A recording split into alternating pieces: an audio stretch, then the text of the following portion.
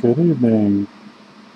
This is Dan the Man, and tonight I'll be going through some of my Bible marking projects so you can see a general feel for how I've organized everything.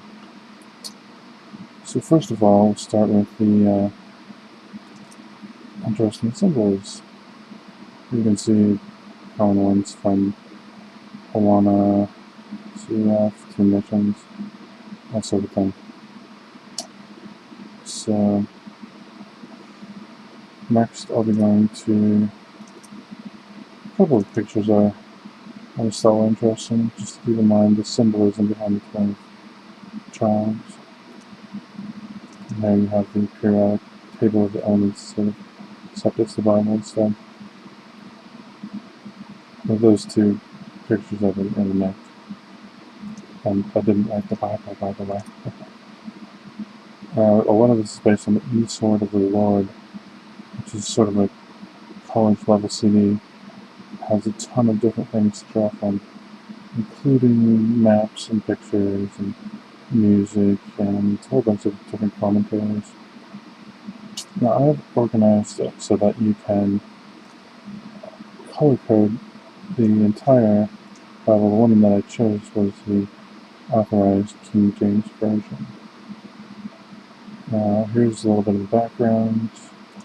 Hopefully you can read this. There's a lot of complicated methods of underlining, highlighting, and colorizing, etc. All the different symbols you might find to compensate for a number of simultaneous markings. As you can see, it can get pretty complicated fairly quickly.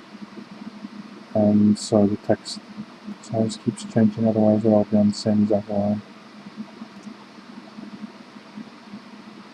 So you can see all the different colors I've used. That's a big one, that's easy to see from a distance. Sort of like stained glass windows.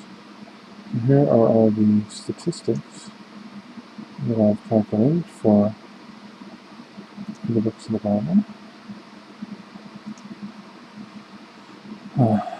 And as you see,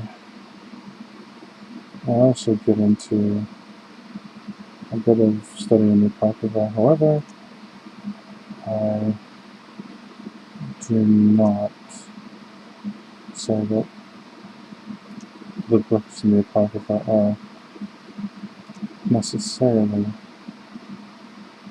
ones you want to read without a very prayerful attitude. So here's the main menu also. I've separated it into a number of different categories, usually parallels. One thing versus another. And then we go on from there. So with that, I'll be investigating each and every one of these, including summaries of the Bible using one paragraph per book, one sentence per chapter, that sort of thing. Sometimes even just a phrase or one word to describe the contents of each chapter. And that way you'll have a nice little map that lets you stay on top of everything. So without further ado, good night, God bless you.